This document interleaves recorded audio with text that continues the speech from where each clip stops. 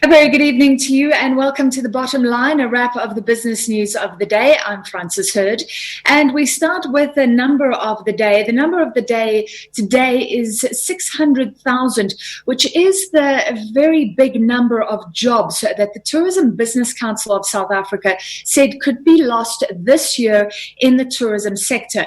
Now, that prediction was made in June based on the lockdown then. We'll speak to them shortly about the new tourism regulations announced yesterday. Will it make any difference? Now, due to predictions like this, the global think tank, the Organization for Economic Cooperation and Development, has said that government must do all it can to protect small businesses in the tourism sector.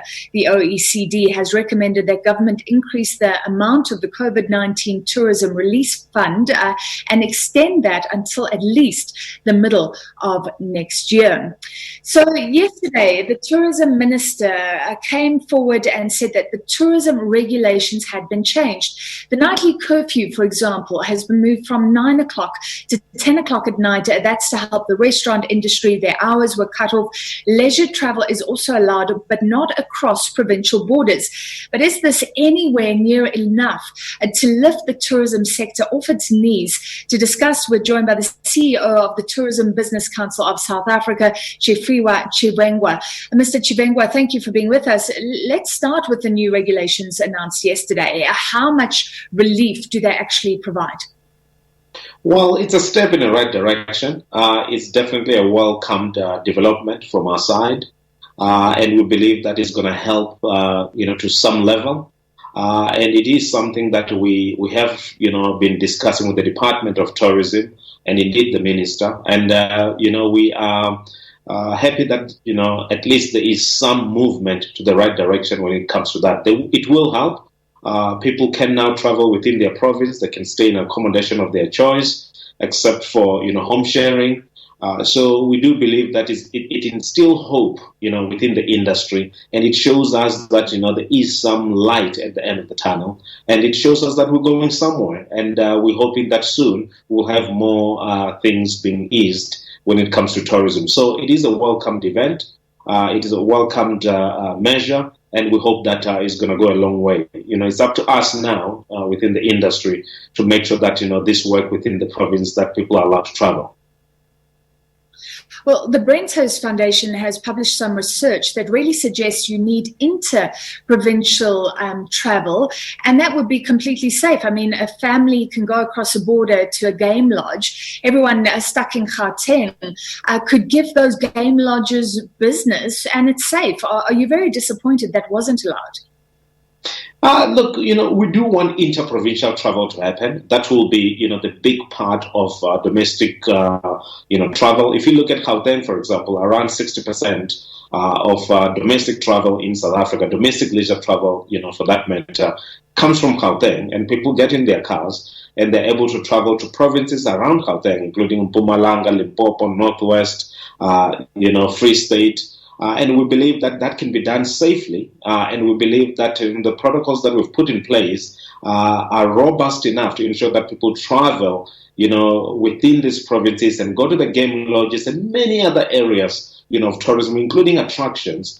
We believe that that can be done safely. So we do agree with that study that, the catalyst for domestic tourism growth is going to be the opening of inter-provincial travel. That will go a long way. A lot of people in Gauteng should be able to travel to many provinces, and that will stimulate the tourism value chain, and we should be able to see more people going to work. So I do agree, that is the big prize for us within the tourism industry to get. So hopefully we're going to get that very soon. Well, isn't there a time frame on this prize? Because, private schools are closing down, I understand, for a month.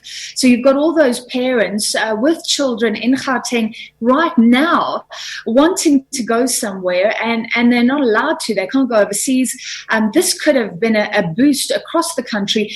Have you really pushed government on this, and what is their reasoning for not allowing that?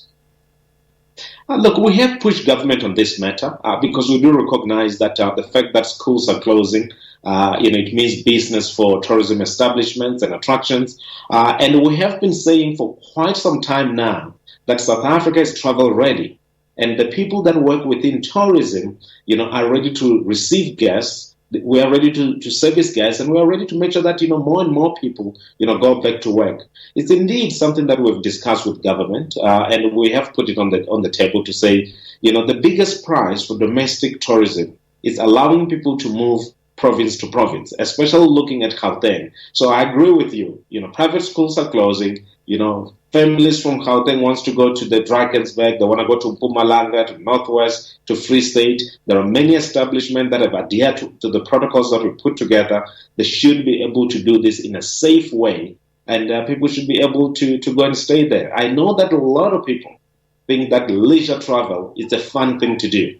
But within that fun thing to do, many people derive their income, from that, particular segment of tourism offering. So it's important that people travel around. It's important that people get out of their homes because it creates jobs. You make sure that people along, the trip, be it petrol attendants, those people that are selling arts and crafts, the restaurants that are along the way, everyone make some income by doing that. So it's important that we all go out and we all enjoy our destination. Indeed, interprovincial travel, is the key.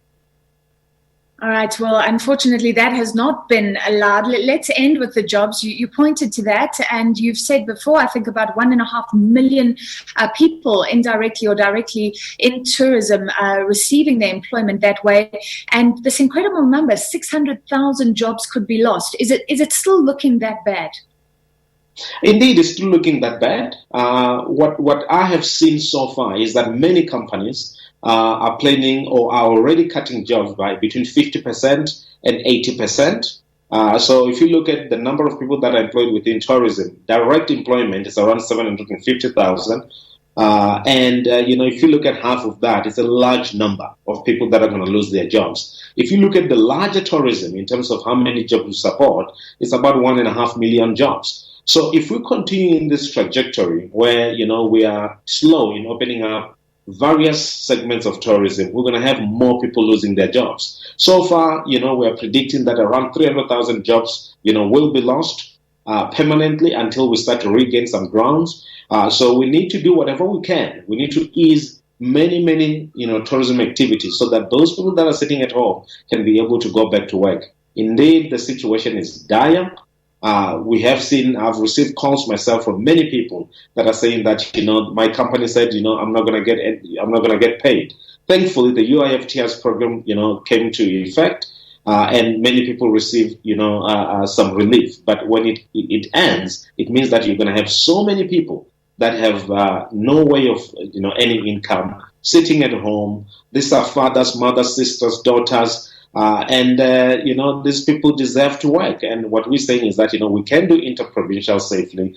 And of course, international inbound, we need to give people a choice to come to this country. We need to give them a compelling, evidence through our protocol so that they can say, well, I want to go to South Africa. That also creates jobs. So this is something that we need to do, and we need to do fast.